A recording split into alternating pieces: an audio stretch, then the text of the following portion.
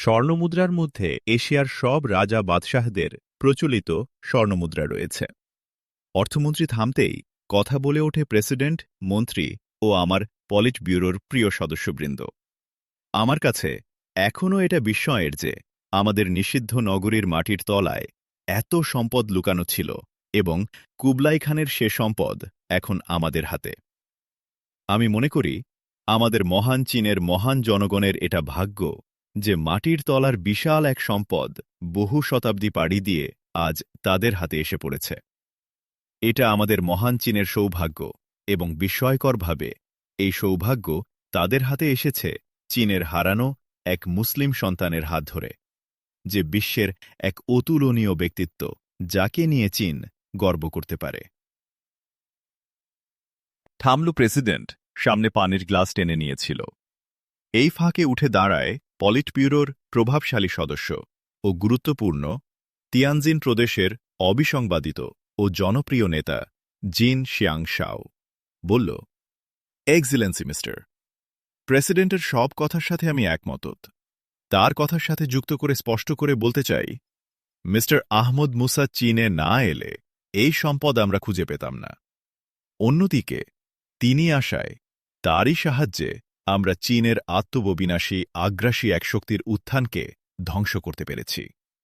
আমাদের মহান চীনের জন্যে এ দুটি ঘটনা মিস্টার আহমদ মুসার এক অমূল্য উপহার।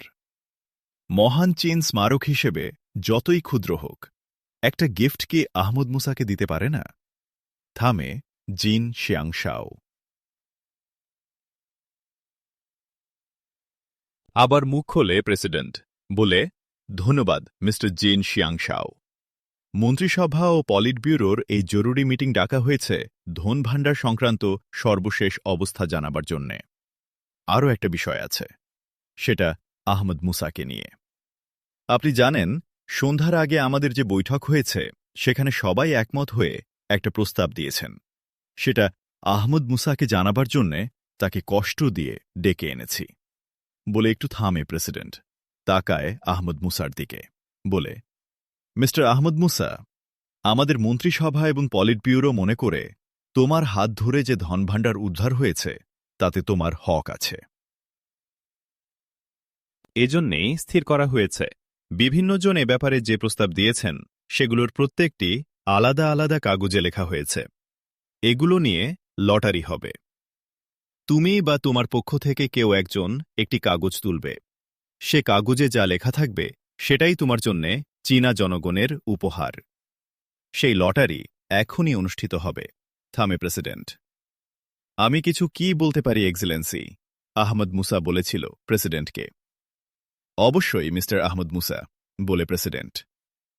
আহমদ মুসা উঠে দাঁড়াল, সবাইকে উদ্দেশ্য করে বলেছিল, এক্সেলেন্সি, মহামান্য প্রেসিডেন্ট, উদ্ধারকৃত ধনভাণ্ডারে আমার হক আছে বলেছেন। প্রকৃতই কোনো হক বা অধিকার এ সম্পদে আমার নেই। ইসলামী আইন অনুসারে কোনো দেশে গুপ্তধন, ক্ষতধন, খনি ইত্যাদি ধরনের কোনো সম্পদ কেউ পেলে সে সম্পদের মালিক হবে রাষ্ট্র, রাষ্ট্রের জনগণ। প্রেসিডেন্টের পক্ষ থেকে জনগণের গিফট আমি পেয়েছি। আমি তা সাদরে গ্রহণও করেছি। অতএব নতুন কোনো গিফটের আর প্রয়োজন নেই। থামে আহমদ মুসা। সঙ্গে সঙ্গেই উঠে দাঁড়ায় পলিট ব্যুরোর আরেকজন সদস্য, বলে যে, গিফট দেয়া হয়েছে সেটা আমরা জানি। এরপরও নতুন প্রেক্ষাপটে নতুন প্রস্তাব আমরা দিয়েছি। আমাদের অনুরোধ, আমাদের আবেগ ও আশাকে আহত করবেন না। এরপর স্বরাষ্ট্রমন্ত্রী উঠে দাঁড়ায় এবং বলে, প্লিজ মিস্টার আহমদ মুসা, আমাদেরকে কাজ শেষ করতে দিন। আমাদের অনুরোধ, এক্সিলেন্সি মিস্টার। প্রেসিডেন্ট আহমদ মুসার পক্ষ থেকে লটারির কাগজ তুলবেন। ছোট একটা স্বচ্ছ পাত্রে 10টি প্রস্তাবের 10টি কাগজখণ্ড লিখে মুড়িয়ে রাখা হয়েছে। সেটা এনে প্রেসিডেন্টের টেবিলে রাখে স্বরাষ্ট্রমন্ত্রী। বলে, এক্সকিউজ মি এক্সেলেন্সি, আপনি আমাদের একটু সাহায্য করুন। এ থেকে আপনি প্লিজ যে কোনো একটা কাগজ তুলুন এবং তাতে কি আছে তা প্লিজ সকলকে জানান। প্রেসিডেন্ট আহমদ মুসার দিকে একবার তাকিয়ে বলে, মিস্টার আহমদ মুসা, তোমার আল্লাহর নাম নিয়ে একটা কাগজ তুলছি। প্রেসিডেন্টের কথা শেষ হতেই আহমদ মুসা বলে উঠল, এক্সেলেন্সি, স্রষ্টা শুধু আমার নয়, সকলের, গোটা সৃষ্টিকুলের। সুতরাং আল্লাহ সবার। প্রেসিডেন্ট প্রসন্ন মুখে তাকালো আহমদ মুসার দিকে, বলল, ধন্যবাদ আহমদ মুসা। প্রেসিডেন্টের মনোযোগ পাত্রের কাগজের দিকে। একটা কাগজ তুলে নিল পাত্র থেকে, খুলল কাগজের ভাঁজ। প্রেসিডেন্টের মুখ গম্ভীর হল, বলল, আহমদ মুসারই জয় হল। তিনি নিতে চান না, তাই বোধহয় আল্লাহ মিনিমামটাই তার জন্য মঞ্জুর করেছেন। এই কাগজের প্রস্তাবে বলা হয়েছে 1 টন হীরা জহরতের অলঙ্কার এবং 1 টন স্বর্ণমুদ্রা আমাদের ভাই আহমদ মুসাকে দেয়া হোক। এক্সেলেন্সি মিস্টার প্রেসিডেন্ট ঠিক বলেছেন। পরিমাণটা বেশি হলে জনাব আহমদ মুসার নিশ্চয় আপত্তি থাকত। এ ক্ষুদ্র পরিমাণ নিয়ে তিনি নিশ্চয় আপত্তি তুলবেন না। আহমদ মুসা উঠে দাঁড়ায়, বলে, আমার প্রতি আপনাদের এই ভালোবাসাই আমার সম্পদ। এই সম্পদই আমি চাই। যে সম্পদ আমাকে দেয়ার কথা বলা হয়েছে তা রাখার জায়গা আমার নেই। মদিনার উপকণ্ঠে সৌদি আরব সরকার আমাকে একটা সুন্দর বাড়ি দিয়েছেন। শুভেচ্ছার নিদর্শন হিসাবে বাৎসরিক একটা অনারিয়াম আমাকে তারা দেন। এতেই আমার সংসার ভালোভাবে চলে যায়। আসলেই আমার তেমন কোনো প্রয়োজন নেই। মিস্টার আহমদ মুসা, এ সম্পদের প্রয়োজন তোমার পরিবারের আছে। পরিবারের ভবিষ্যতের জন্য এর প্রয়োজন রয়েছে। আমাদের অনুরোধ, তুমি এ নিয়ে কথা বাড়িয়ে না আহমদ মুসা, প্লিজ, বলেছিল প্রেসিডেন্ট। এক্সেলেন্সি মিস্টার প্রেসিডেন্ট, আপনার অনুরোধ আমার উপর আপনার নির্দেশের মতো। হীরা জহরতের অলঙ্কারের মধ্য থেকে 8টি নেকলেস কেউ একজন সিলেক্ট করে আমাকে দেবেন, আমি সেগুলো নেব। আর অবশিষ্ট সম্পদ যদি আমাকে নিতেই হয়, তাহলে আমি প্রস্তাব করছি সরকারের তত্ত্বাবধানে বেইজিংয়ে একটি গবেষণা প্রতিষ্ঠান গড়ে তোলা হোক, যার নাম হবে divine faith guidance for man. গবেষণা প্রতিষ্ঠানের পরিচালনায় থাকবেন ডাক্তার ডা ডেমিঙ্গো ও লুজির মামা ভাষাবিজ্ঞানী প্রফেসর হুয়াং ফু। এছাড়া সদস্য থাকবেন হান, হুই ও উইঘুরদের একজন করে। প্রেসিডেন্টের অনুরোধের উত্তরে আহমদ মুসা বলেছিল। আহমদ মুসার কথা শেষ হলেও সবাই নীরব। বিস্ময় সবার চোখে মুখে। সম্পদ যে এভাবে পায়ে ঠেলা যায় তা তারা ভাবতেই পারছে না। চীনে এসে চীনের জন্য যা করেছে তা অমূল্য। এরপরও তার মধ্যে কোনো আকাঙ্ক্ষা নেই। কোনো মানুষ এতটা নিঃস্বার্থ হতে পারে? নীরবতা ভেঙেছিল পলিট ব্যুরোর প্রবীণ সদস্য জিন শিয়াংশাও। বলেছিল, আপনি ধন্য আহমদ মুসা, এজন্যই আপনি অনন্য, অজেয়। মানুষের জন্য ঈশ্বর আপনাকে দীর্ঘজীবী করুন। এর বাইরে কিছু বলার ভাষা আমার নেই। ভারী কণ্ঠে কথা শেষ করল জিন শিয়াংশাও। প্রেসিডেন্টর গম্ভীর মুখের আড়ালে যেন অপার্থিব এক আনন্দ। বলেছিল প্রেসিডেন্ট, অনেক ধন্যবাদ আহমদ মুসা। তুমি যা চেয়েছ, যেভাবে চেয়েছ, সেভাবেই হবে। তুমি একটা মহৎ গবেষণার কথা বলেছ। এ ধরনের প্রতিষ্ঠান চীনে নেই। আমি খুব খুশি। আমি আজই ডাক্তার ডাকে বলবো পরিচালনা কমিটি গঠনের কাজ শুরু করতে। একটু থামে প্রেসিডেন্ট। সঙ্গে সঙ্গেই আবার বলে উঠেছিল, আহমদ মুসার জন্যে নেকলেস কে চয়েস করবে? আমার মনে হয় মিস্টার জিন শিয়াংশাও এই কাজটি করুন। পুরুষানুক্রমে তাঁদের মণিমাণিক্যের ব্যবসায় ছিল। তিনি এ কাজটি ভালো পারবেন, বলেছিল স্বরাষ্ট্রমন্ত্রী। সবাই হাততালি দিয়ে স্বরাষ্ট্রমন্ত্রীকে সমর্থন করে। আমি এ কাজটিকে আমার জন্য গৌরবের বলে মনে করি। গ্রহণ করলাম এ দায়িত্ব, জিন শিয়াংশাও বলেছিল। আমার একটা প্রস্তাব আছে এক্সেলেন্সি মিস্টার প্রেসিডেন্ট, অনুমতি দিলে বলতে পারি, বলেছিল আহমদ মুসা। বলুন মিস্টার আহমদ মুসা, প্রেসিডেন্ট বলেছিল। ধনভাণ্ডার উদ্ধারের সময় সেখানে যারা উপস্থিত ছিলেন তারা একটি ঐতিহাসিক ঘটনার সাক্ষী। তাদের এই স্মৃতিকে ধরে রাখার জন্য আমি একটা প্রস্তাব করছি। তারা প্রত্যেকেই সুভেনির হিসাবে নিজের পছন্দ মতো 3টি করে জিনিস নেবেন এখান থেকে। সেটা স্বর্ণমুদ্রা বা অলঙ্কার যেটাই হোক, বলেছিল আহমদ মুসা। আহমদ মুসার প্রস্তাব সত্যিই একেবারে নতুন ধরনের, যার সাথে সকলেরই একটা সম্পর্ক জড়িত হয়ে পড়েছে। সুতরাং সঙ্গে সঙ্গে কোনো মন্তব্য কারো কাছ থেকে আসেনি। নীরব ছিল সবাই। অবশেষে কথা বলেছিল প্রেসিডেন্ট। বলেছিল, তোমার প্রস্তাবটি মজার মিস্টার আহমদ মুসা, কিন্তু এর পক্ষে যে যুক্তি দিয়েছ, এছাড়া আর কি যুক্তি আছে? এটাই সবচেয়ে বড় যুক্তি, এক্সেলেন্সি। মালিকহীন কোনো সম্পদ বা বস্তু যারা কোথাও খুঁজে পায়, তখন সেটার উপর তাদের স্বাভাবিক একটা অধিকার জন্মে যায়। রাষ্ট্র সেটা তার কাছ থেকে নিয়ে নেয়ার সময় তাকে কিছু উপহার দেয়া সৌজন্যের মধ্যে পড়ে। এ ব্যাপারে আমাদের রাসূল হজরত মুহাম্মদ সাল্লাল্লাহু আলাইহি ওয়াসাল্লাম এর একটা নির্দেশ বা পরামর্শ আছে। তিনি বলেন, তোমরা ফল ফুল কিনে বাসায় নেয়ার সময় আশেপাশের ছেলেমেয়েরা তা যদি দেখতে পায়, তাহলে তাদেরকেও কিছু দিও। রসূল সাল্লাল্লাহু আলাইহি ওয়াসাল্লাম এ কথা বলেছেন কারণ এটাই সৌজন্যবোধের দাবি। এর আরেকটা তাৎপর্য এই হতে পারে যে যেহেতু ফল খাবার জিনিস এবং তা তখন ওই ছেলেদের হাতে নেই, তাই তাদের দেখা ফলের প্রতি তাদেরও একটা অধিকার বনে যায়। তারা না দেখলে তাদের এ অধিকার জন্মাত না। আমাদের রসূল সাল্লাল্লাহু আলাইহি ওয়াসাল্লামের কথায় পরবর্তী অংশ এই যুক্তিকে সমর্থন করে। তিনি বলেন, কাউকে দেবার মতো বাড়তি ফল কেনার সাধ্য কারো যদি না থাকে, তাহলে যেন সে তার কেনা ফল গোপনে তার বাড়িতে নিয়ে যায়। সুতরাং আমি মনে করি ধনভাণ্ডার উদ্ধারের সময় যারা তা দেখেছেন, তাদেরকে টোকেন হিসাবে গিফট করা রাষ্ট্রীয় সৌজন্যের মধ্যে পড়ে, এবং এটা মানব মনের প্রতি স্বাভাবিক সুবিচারেরও দাবি। এই সুবিচার এজন্যেই যে যেন কোনোভাবেই কারো মধ্যে কোনো বঞ্চনাবোধের সৃষ্টি না হয়। ছেলেদেরকে ফল দিতে বলা হয়েছে তাদের মনে বঞ্চনাবোধ সৃষ্টি রোধের জন্যেই, বলেছিল আহমদ মুসা। সবাই নীরবে আহমদ মুসার কথা শুনছিল। প্রথমে তারা একে মজার একটা আলোচনা মনে করলেও শেষ দিকে সবাই গম্ভীর হয়ে উঠেছিল। প্রেসিডেন্টের চোখে মুখে বিস্ময়। বলেছিল প্রেসিডেন্ট, মিস্টার আহমদ মুসা, তুমি ছোট এক প্রসঙ্গ নিয়ে অনেক ভারী, অনেক বড় কথা বলেছ। তোমাদের প্রফেট খুব বড় এক মনোবিজ্ঞানী ও সূক্ষ্মদর্শী এবং একজন সুবিচারকও ছিলেন। তুমি ঠিকই বলেছ, স্বাভাবিক সৌজন্যের দাবি পূরণ না হলে মনে স্বাভাবিকভাবেই বঞ্চনার ভাব সৃষ্টি হতে পারে। ধন্যবাদ আহমদ মুসা। আহমদ মুসাকে কথাগুলো বলেই প্রেসিডেন্ট তাকিয়েছিল সকলের দিকে। বলেছিল, মিস্টার আহমদ মুসা যে প্রস্তাব দিয়েছে তাকে আমি যুক্তিযুক্ত মনে করছি। আপনাদের মতো বলুন। সবাই বলে উঠেছিল, এক্সিলেন্সি, মিস্টার প্রেসিডেন্টের মতোই আমাদের মতো।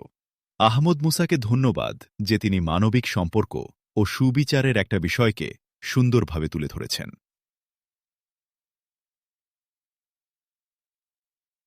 একটু নীরবতা নামতেই পলিট ব্যুরোর সবচেয়ে প্রবীণ সদস্য ডাক্তার ওয়াং বলে উঠেছিল, ধন্যবাদ আহমদ মুসা, আমার মনের কথাই আপনি তুলে ধরেছেন।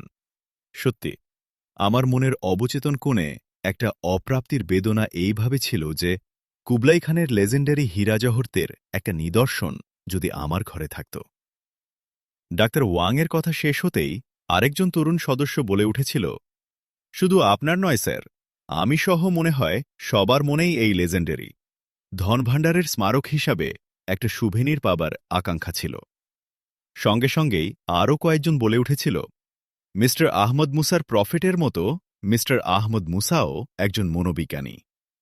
মনের দাবি মেটাতে আমরা হয়তো অন্যভাবে ধনভাণ্ডার থেকে কিছু পাবার চেষ্টা করতাম। মিস্টার আহমদ মুসা সে দরজা বন্ধ করে একটা বৈধ দরজা খুলে দিয়েছেন।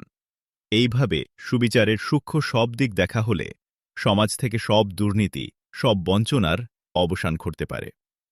ধন্যবাদ আহমদ মুসা, ধন্যবাদ সকলকে, বলেই তাকিয়েছিল প্রেসিডেন্ট আহমদ মুসার দিকে। প্রেসিডেন্টের মুখে হাসি। প্রশংসাসূচক কিছু বলতে গিয়েছিল আহমদ মুসাকে, কিন্তু তার আগেই আহমদ মুসা বলে উঠেছিল, এক্সিলেন্সি, আরেকটি কথা, ধনভাণ্ডারের সম্পদ স্টেট ট্রেজারিতে লিস্টেড হবার আগেই সুভেনির বন্টনের কাজ হয়ে যাওয়া উচিত। আহমদ মুসার কথা শুনেই প্রেসিডেন্ট তাকিয়েছিল অর্থমন্ত্রীর দিকে। বলেছিল, মিস্টার আহমদ মুসা ঠিকই বলেছে, গিফট সুভেনির যাবে মালিকহীন ধনভাণ্ডার থেকে, স্টেট ট্রেজারি থেকে নয়। প্রেসিডেন্ট তাকিয়েছিল ঘড়ির দিকে। ঘড়ি থেকে মুখ তুলে নিচু কণ্ঠে আহমদ মুসাকে বলেছিল, আহমদ মুসা, ওদিকে ওরা কি বসে আছে? সকলকে ধন্যবাদ দিয়ে প্রেসিডেন্ট উঠে দাঁড়িয়েছিল। আহমদ মুসাও। সকলেই উঠে দাঁড়ায়। কমান্ডোরা যখন আহমদ মুসাকে প্রেসিডেন্টের প্রাসাদে পৌঁছে দিল তখন রাত ৯টা। প্রেসিডেন্ট তার আগেই তার প্রাসাদে পৌঁছার কথা। আহমদ মুসার সাথে ছিল প্রেসিডেন্টের প্রাইভেট সেক্রেটারি মিসেস শিহাও। সে আহমদ মুসাকে পৌঁছে দিয়েছিল প্রেসিডেন্ট ভবনের রেসিডেন্সিয়াল উইংয়ে। রেসিডেন্সিয়াল উইংয়ের গেটে আহমদ মুসাকে স্বাগত জানিয়েছিল ম্যাডাম প্রেসিডেন্ট এবং ফ্যান ফ্যাং। এসো বাবা, বিজয়ী সন্তানকে কিভাবে স্বাগত জানাতে হয় আমি তো জানি না, তবে আমি জানি স্নেহ মমতার চেয়ে বড় কিছু নেই মায়ের কাছে সন্তানকে দেবার, বলেছিল ম্যাডাম প্রেসিডেন্ট লি চিনওয়া। অনছোঁয়া কণ্ঠ তার। হ্যাঁ মা, মায়ের মমতার চেয়ে বড় কিছু দুনিয়াতে নেই। কিন্তু মা, আমি তো কোনো যুদ্ধ জয় করিনি, আহমদ মুসা বলেছিল। বাছা, তুমি কাজ করো, তোমার কাজকে তুমি দেখো না, কারণ আত্মগরিমা তুমি ঘৃণা করো। জানো, চীনের আভ্যন্তরীণ একটা ভয়ঙ্কর যুদ্ধে চীনকে তুমি জিতিয়ে দিয়েছ, আর চীন যাকে রূপকথা ভেবেছে, যা কোনোদিন বিশ্বাস করেনি, সেই কুবলাই খানের শত রাজার রাজভাণ্ডার তুমি চীনকে পাইয়ে দিয়েছ। ম্যাডাম প্রেসিডেন্ট একটু থেমেই আবার বলে উঠে, এসো বাবা, ফ্যানের বাবা তোমার জন্য অপেক্ষা করছে। ভেতরে প্রবেশ করে চোখ ছানা বড়া আহমদ মুসার। ভেতর বাড়িকে সাজানো হয়েছে বিশাল কোনো উৎসবের সাজে। ফ্যানের দিকে তাকিয়ে নিচু গলায় বলেছিল আহমদ মুসা, কি ব্যাপার ফ্যান, বিয়ে বাড়ির সাজ দেখছি যে। হেসে উঠেছিল ফ্যান ফ্যাং, বলেছিল, চলুন বাবার কাছে ভাইয়া। প্রেসিডেন্ট ভবনের রেসিডেন্সিয়াল ব্লকে বিশাল ফ্যামিলি ড্রয়িং রুম। চোখ ধাঁধানো রূপে সাজানো হয়েছে ড্রয়িং রুমকে। ড্রয়িং রুমের হোস্ট চেয়ারে বসে আছে প্রেসিডেন্ট। আহমদ মুসাকে নিয়ে ড্রয়িং রুমে প্রবেশ করেছিল ম্যাডাম প্রেসিডেন্ট ও ফ্যান ফ্যাং। ড্রয়িং রুমের দরজায় গিয়ে ভেতরে তাকাতেই প্রেসিডেন্ট ছাড়া আর যাদের উপর নজর পড়েছিল তাদের দেখে বিস্মিত হল আহমদ মুসা। মা চু ইং, ফাজি ঝাও, লি ইউয়ান, নেইজেন, Ahmad Yang, Erkin Ahmed Wang. সবাই দেখেছিল এক যুবক এবং সম্ভ্রান্ত চেহারার প্রবীণ এক মহিলাকে। আহমদ মুসারা ভেতরে ঢুকতেই প্রেসিডেন্ট ছাড়া সবাই উঠে দাঁড়াল। এগিয়ে আসে মা চুইং আহমদ মুসার দিকে, বলে, জনাব আহমদ মুসা, আমাদের সবাইকে তো আপনি চেনেন, দুজনই মাত্র এখানে নতুন। একটু থেমে মহিলাকে দেখিয়ে বলেছিল, ইনি আমার স্ত্রী, মা ঝুদের মা। আর যুবকটিকে দেখিয়ে বলল, এ আমার বড়। আহমদ মুসা মা চুইংয়ের কথার মাঝখানেই বলে উঠেছিল, ইনি আপনার বড় ছেলে, মা ঝু ও ম্যাডাম ফাজি ঝাউদের বড় ভাই জেনারেল হুফেং। বলে, আহমদ মুসা মহিলাকে সালাম দিয়ে যুবকটিকে জড়িয়ে ধরে বলেছিল, বড় ভাই সাহেব, আপনার কথা আমি শুনেছি, ধন্যবাদ আপনাকে। আপনার সাথে দেখা হওয়া সৌভাগ্যের জন্যে আমি অপেক্ষা করছিলাম। আমার সেই সৌভাগ্য হয়েছে। আপনি আহমদ মুসা জেনারেল হুফাংকে থামিয়ে দিয়ে বলেছিল, থাক জেনারেল, স্বজনরা স্বজনদের সম্পর্কে এত কথা বলতে নেই, বলে আহমদ মুসা প্রেসিডেন্টের দিকে ফিরেছিল। কয়েক ধাপ এগিয়ে যায় প্রেসিডেন্টের দিকে, বলে, যাবার সময় আবার সবার সাথে দেখা করিয়ে দেবার জন্যে ধন্যবাদ এক্সেলেন্সি। প্রেসিডেন্টের সোফার অন্য পাশে গিয়ে বসেছিল ম্যাডাম প্রেসিডেন্ট এবং পিতামাতার মাঝখানে বসেছিল পেনফাং। তার মুখে হাসি ধরছে না, বলেছিল, খুশি শেষ করে ফেলবেন না ভাইয়া, খুশি আরও আছে, খুশি শেষ হয় না, খুশিতে খুশি আরও বাড়ে, বলেছিল আহমদ মুসা। প্রেসিডেন্টের মুখে হাসি, পরে একটু গম্ভীর হয়ে উঠেছিল প্রেসিডেন্ট, বলেছিল, ফ্যান, সত্যি বলেছে আহমদ মুসা, তোমার জন্যে বড় একটা সারপ্রাইজ আমি রেখেছি। প্রেসিডেন্ট থামতেই ফ্যান ফ্যাং বলে উঠেছিল, ভাইয়া, আপনি গোয়েন্দাদের বাবা গোয়েন্দা, বলুন তো ভাইয়া, সারপ্রাইজটা কি? সত্যি আহমদ মুসার মনেও প্রবল কৌতূহল জাগল।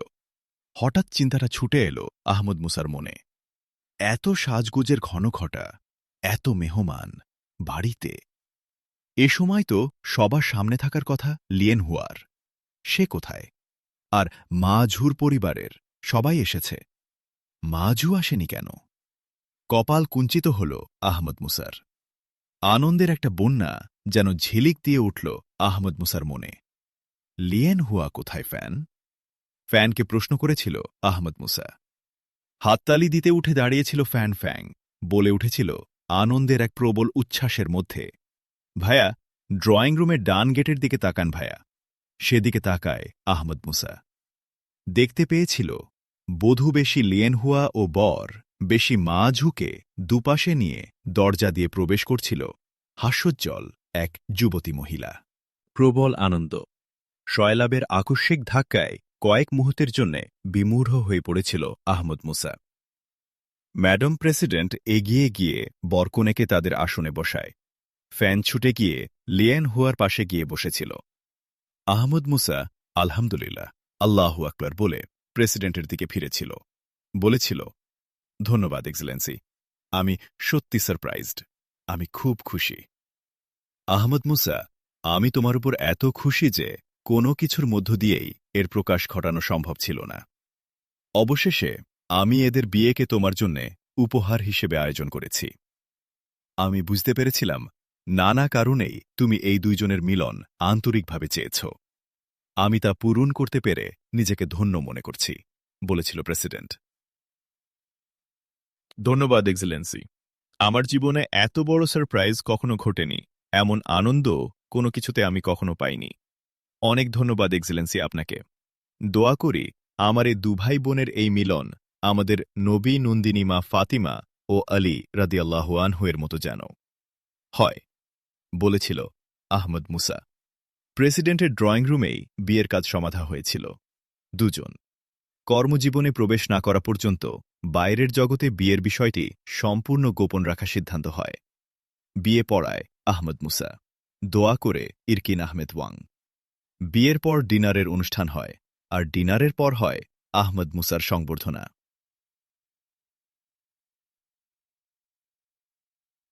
আহমদ মুসার সংবর্ধনা ছিল খুবই ছোট আকারের, কিন্তু ছিল খুবই আবেগপূর্ণ।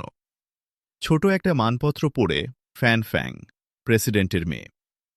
মানপত্রে আহমদ মুসার উপর, তার পরিবারের উপর, মুসলিম জনগোষ্ঠীর উপর যে অবিচার হয় তা স্মরণ করা হয় এবং বলা হয়, অত্যাচারী সে সাম্প্রদায়িক গোষ্ঠীর পতন হয়েছে, চীনে তাদের উত্থান আর কখনই ঘটবে না।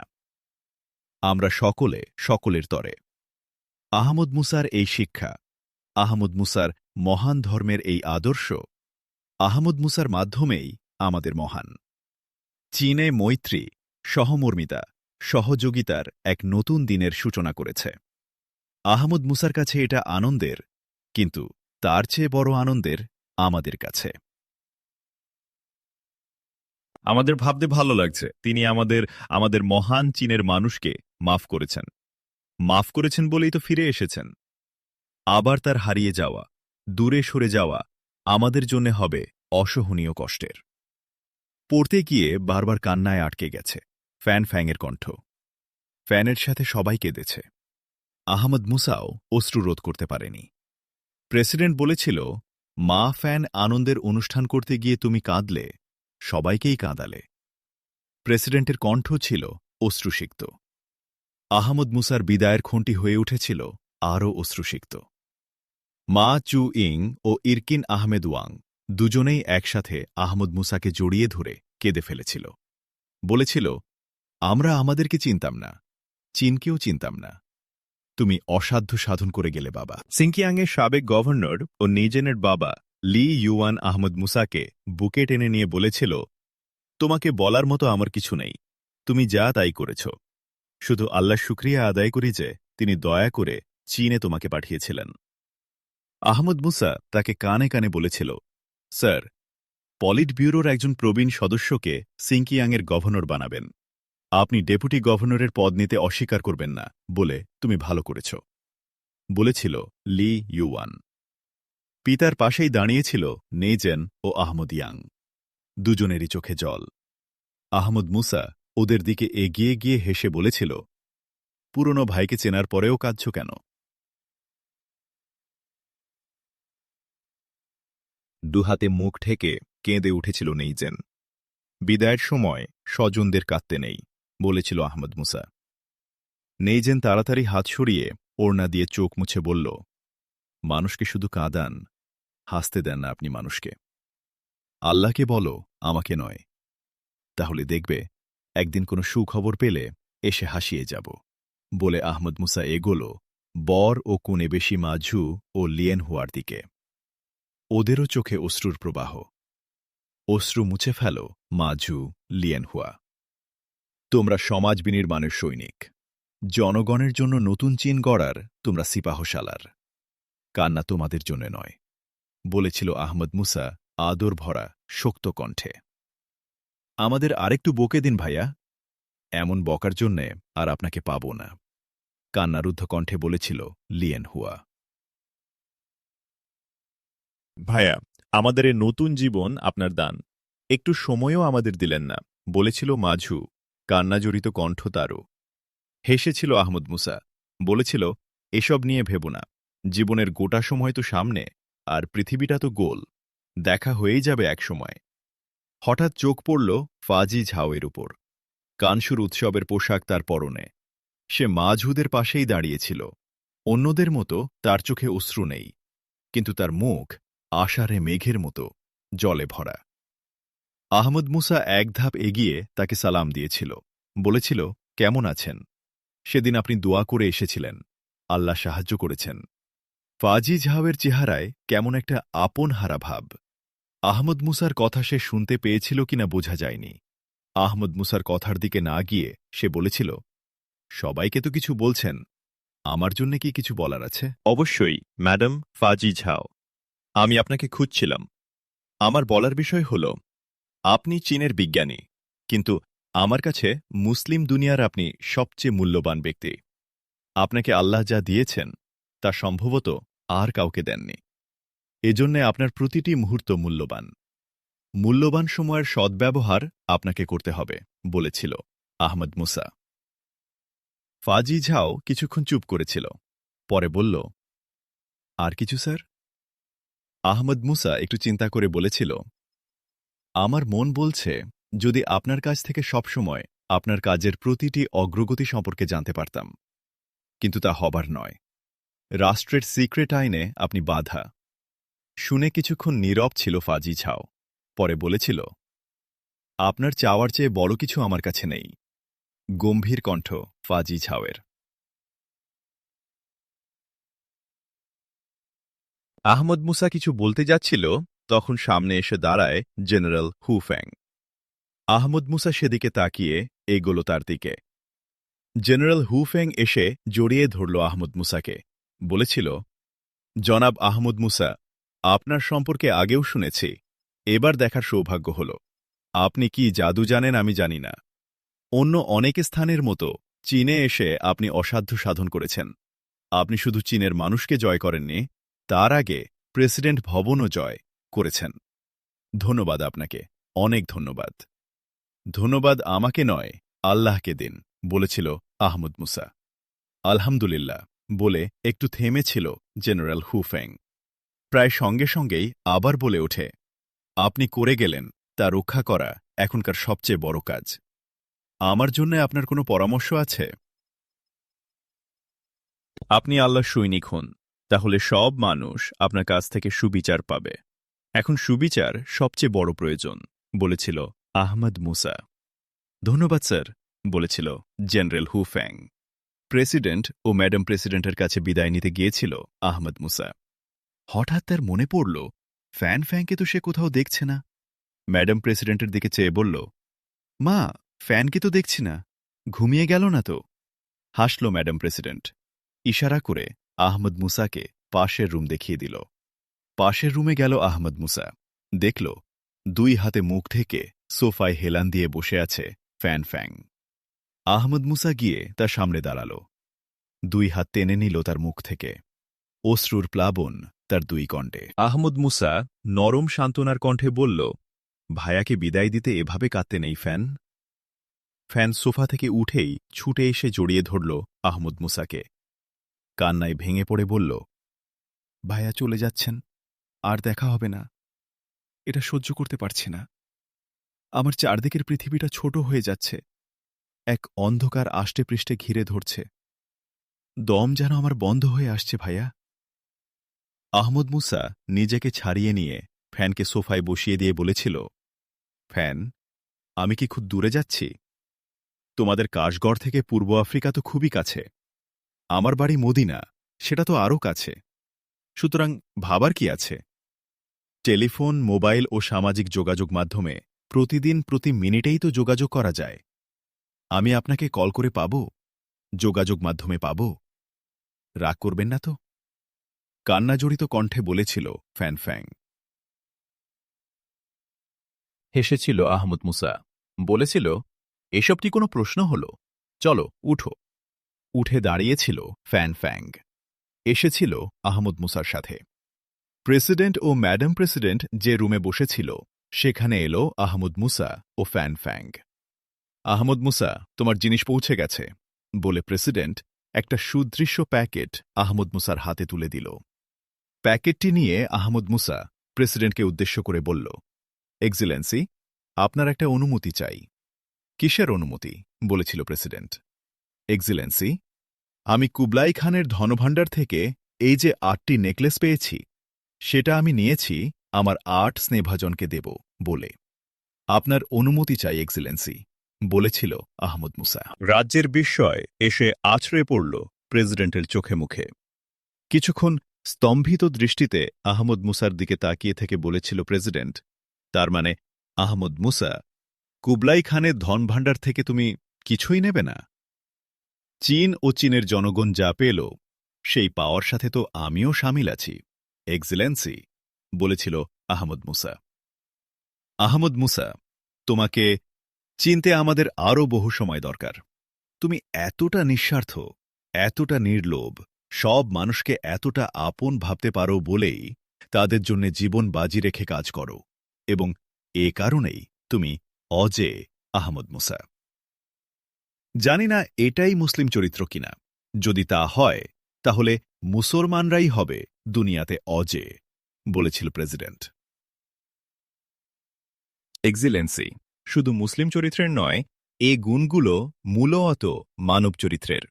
এগুলো মানব চরিত্রের মৌলিক গুণ বলেই এ গুণগুলো আবার মুসলিম চরিত্রেরও। আহমদ মুসা বলেছিল, তার মানে তুমি বলতে চাচ্ছ প্রকৃত মানব চরিত্রই আসলে মুসলিম চরিত্র, বলেছিল প্রেসিডেন্ট। ইয়েস এক্সিলেন্সি, কোনো মানব চরিত্র যখন এ গুণগুলো গ্রহণ করে তখন তার পরিচয়সূচক বিশেষ নাম হয় মুসলিম। আর এই মুসলিম নামকরণ আমাদের প্রফেটের সময় তা তার দ্বারা হয়নি। প্রফেট আব্রাহাম, ইব্রাহিম আলাইহিসসালাম এই মুসলিম নামকরণ করেন, বলেছিল আহমদ মুসা। বিস্ময় ফুটে উঠেছিল প্রেসিডেন্টের চোখে মুখে। বলেছিল, তাহলে তো প্রফেট মোসেস, জেসান সহ বনি ইসরায়েলের সব প্রফেটের অনুসারীরা মুসলিম ছিল? ইয়েস এক্সিলেন্সি, বলেছিল আহমদ মুসা। ধন্যবাদ আহমদ মুসা, অনেক বিষয় আজ জানা হল। অনেক ধন্যবাদ তোমাকে।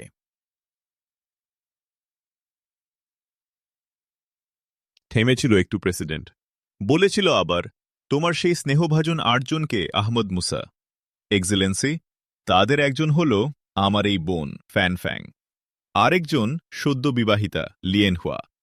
আপনার বাড়িতে আজ হাজির অন্য 2 জন হল আহমদ ইয়াংয়ের স্ত্রী নেইজেন এবং মা ঝুর বড় বোন বিজ্ঞানী ফাজি ঝাও। অবশিষ্ট 4 জন এখানে হাজির নেই এক্সিলেন্সি। তাদের একজন লুঝির পিয়ে চেংছি।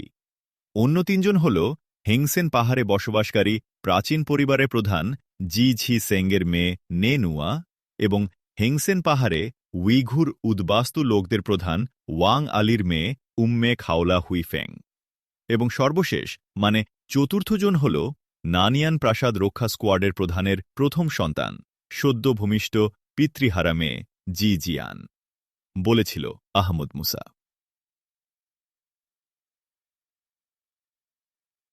প্রেসিডেন্ট হাসল, বলল, তুমি এত ব্যস্ত মানুষ, এদের সকলের কথা তোমার মনে পড়ল কি করে? প্রেসিডেন্ট বলেছিল, এক্সিলেন্সি, এদের মধ্যে কয়েকজন আছে যারা ভবিষ্যৎ চীনের একটি করে উজ্জ্বল প্রতিভা। কয়েকজন আছে যারা আমার স্বজনের চেয়েও স্বজন। তাদের কাছে এ উপহার রাখতে চাই আমার স্নেহ ও শুভেচ্ছার নিদর্শন হিসাবে। আর হীরার নেকলেসটি জি জিয়ানের কাছে যাবে তার বাবার উপহার হিসাবে, যে বাবাকে দেখার তার সৌভাগ্য হয়নি, বলেছিল আহমদ মুসা। ধন্যবাদ আহমদ মুসা। মনটা তোমার খুবই সেন্সিটিভ, খুবই স্নেহপ্রবণ। তোমার মতো একজন সৈনিকের এমন মন খুবই বিস্ময়কর। সত্যি অতুলনীয় এক মানুষ তুমি। আমি ওদের ডাকছি, তুমি 4 জনকে দিয়ে যাও। অবশিষ্টদের ব্যবস্থা আমি করব, প্রেসিডেন্ট বলেছিল।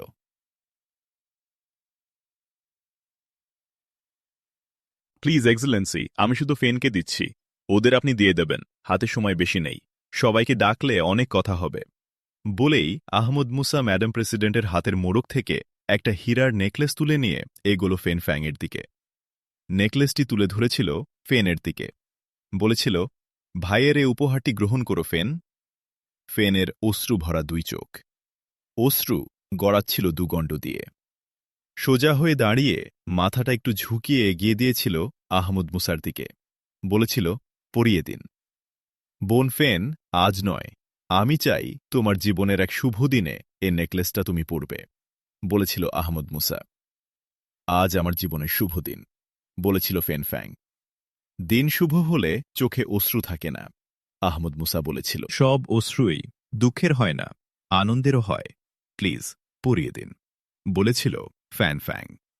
আহমদ মুসা ফ্যানকে পরিয়ে দিয়েছিল হীরের নেকলেসটি।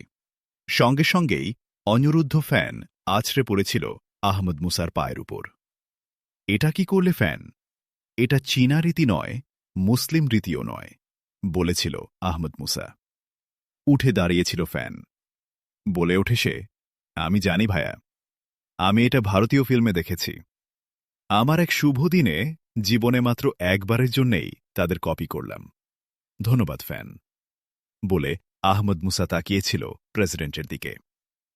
হ্যাঁ আহমদ মুসা, সব রেডি আছে তোমার জন্যে, সবাই অপেক্ষা করছে। অনেক অশ্রু মারিয়ে প্রেসিডেন্ট ভবন থেকে বেরিয়ে এসেছিল আহমদ মুসা। গাড়ি ছুটে চলছিল বিমানবন্দরের দিকে। এয়ার চায়নার এক সামরিক বিমান আহমদ মুসাকে পৌঁছে দেয় করাচি বিমানবন্দরে। সেখান থেকে আহমদ মুসার নতুন গন্তব্যে যাত্রা তানজানিয়া এয়ারলাইন্সের একটা বিমানে বুরুন্দির বুজুম্বুরার উদ্দেশ্যে।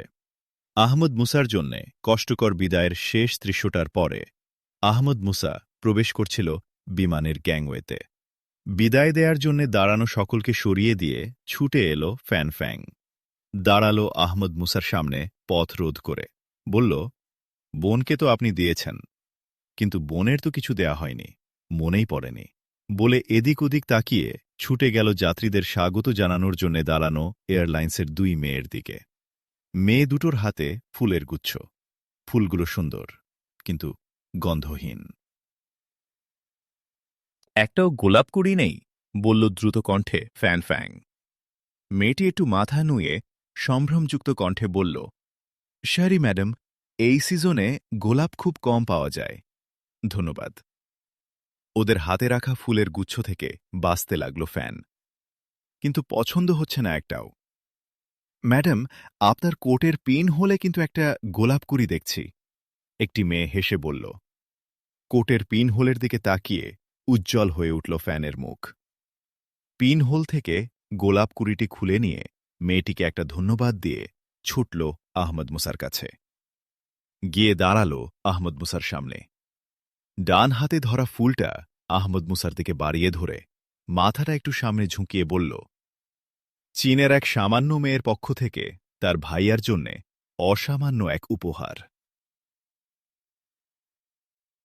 ফেনের এই পাগলামিতে বিব্রত বোধ করছিল আহমদ মুসা। তবে আহমদ মুসা ভেবে নিয়েছিল যে তাকে বাধা দিলে সে আরও কোনো পাগলামি করে বসতে পারে। সে বড় হয়েছে, কিন্তু বয়স পারেনি। আহমদ মুসা ফেনের গোলাপ কুড়িটা নিয়ে ধন্যবাদ দিল। কোথায় রাখবেন ভাইয়া এই উপহারটা? বলল ফেন। স্মৃতিতে, হেসে বলল আহমদ মুসা। না না, তা চলবে না। আপনার স্মৃতি সহস্র সহস্র অধ্যায়ের, মহাকাব্য। একটু থামল ফ্যান ফ্যাং, তাকালো আহমদ মুসার দিকে, বলল, এটা রাখবেন আপনার খুব জরুরি একটা বইয়ের ভেতর। যখনই বইটা খুলবেন তখনই বিরক্ত হয়ে বইয়ের মধ্যে এভাবে কি রাখা আছে তা দেখার জন্যে পাতা উল্টাবেন। দেখবেন শুকিয়ে যাওয়া ফুলকলির কিছু, ঝরে যাওয়া পাপড়ি। তখন মনেও পড়ে যেতে পারে চীনা এই মেয়েটাকে না, মনে পড়লেও ক্ষতি নেই। শুকনো পাপড়িরা কষ্ট পাবে না, কারণ ওতে প্রাণ থাকবে না।